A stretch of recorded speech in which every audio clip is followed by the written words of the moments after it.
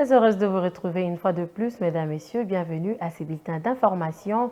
Un incendie s'est déclaré dans la nuit du mercredi 29 novembre autour de 20h15 dans les entrepôts de l'antenne de la Commission électorale nationale indépendante CENI de Bolobo, province du Maïndombe. Plusieurs dégâts matériels et pertes ont été signalés par la CENI qui demande aux autorités d'initier des enquêtes afin d'identifier les causes de cet incendie. Renta Luyela pour le détail. À travers un communiqué de presse, la Commission électorale nationale indépendante CENI informe l'opinion nationale et internationale que la nuit du mercredi 29 novembre aux environs de 20h15, l'entrepôt de son antenne de Bolobo, situé sur l'avenue Mobutu au camp Pasteur à Bolobo dans la province du Maïndombe, s'est incendié. Plusieurs matériels sont totalement détruits, y compris les bâtiments qui contenaient 163 dispositifs électroniques de vote, 136 isoloirs, 39 kits RFE, 108 batteries externes, 165 batteries internes, 5 mégaphones de sensibilisation, 122 urnes provenant de scrutin de 2018, 17 téléphones de marque Itel A18, 13 téléphones Techno Pova, utilisés lors de la cartographie en 2022, un kit complet RFE, un kit complet VSAT, 7 ordinateurs HP, 16 bâches de sensibilisation ainsi que le document d'archives. La Commission électorale nationale indépendante CENI invite les autorités compétentes à diligenter une enquête pour déterminer les causes de cet incendie et sanctionner, s'il le faut, les auteurs matériels et intellectuels conformément à la loi.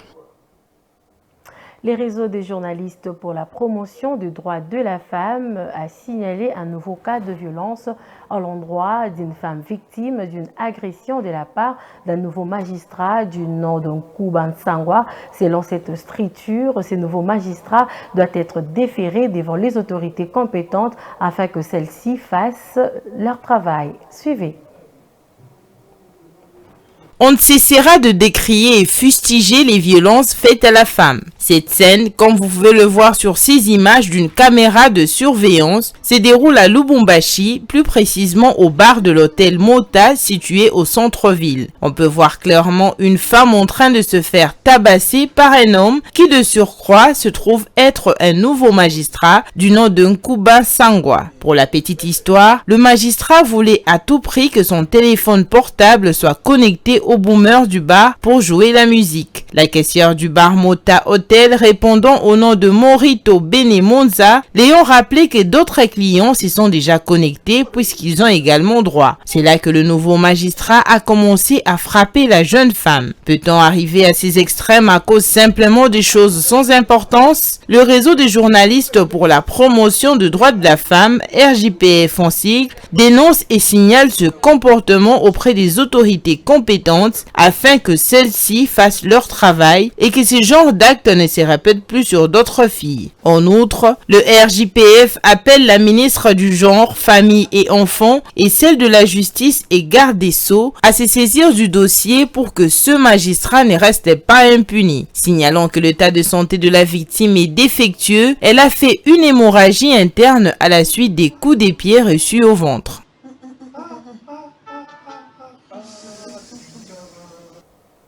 Et pour finir, l'état de la salubrité et des délabrements très avancés du carrefour Rond-Point-Gaba dans son tronçon compris entre la station d'essence jusqu'à l'entrée Rigini inquiète les usagers de cette route.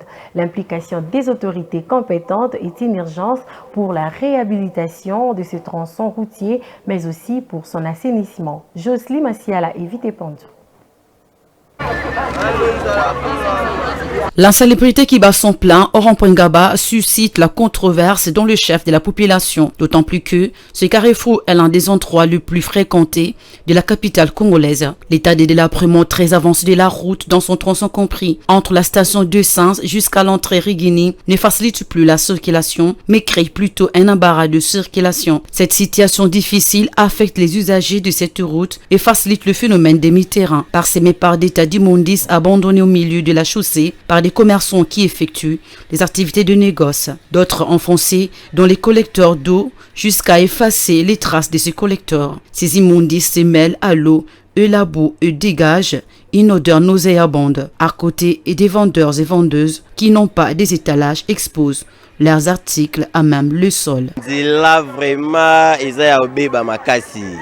Pour ceux qui vraiment qui l'équipe face aux koya nazo comprendre ceux qui ba gougumestre ngo basala nini, ceux qui ba likaka wapi, ceux qui peut bazala na Congo et banate même si na biso ba coopéra poto leka c'est impossible. Ba camion ezala ba remorque eza kodinda.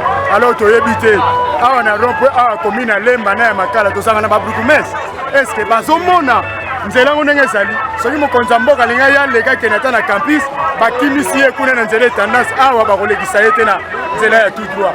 Alors soki mbulu ebeti awa mai evandi biso foto leka foto lataka baboti tozokoleka kaka bapolisier kokanga kobotola bato biloko eloko moyo esalamela te kala mabele tala nzela ndenge ezali. Aux autorités compétentes de trouver une solution idoine afin d'assainir le célèbre rond-point Ngaba.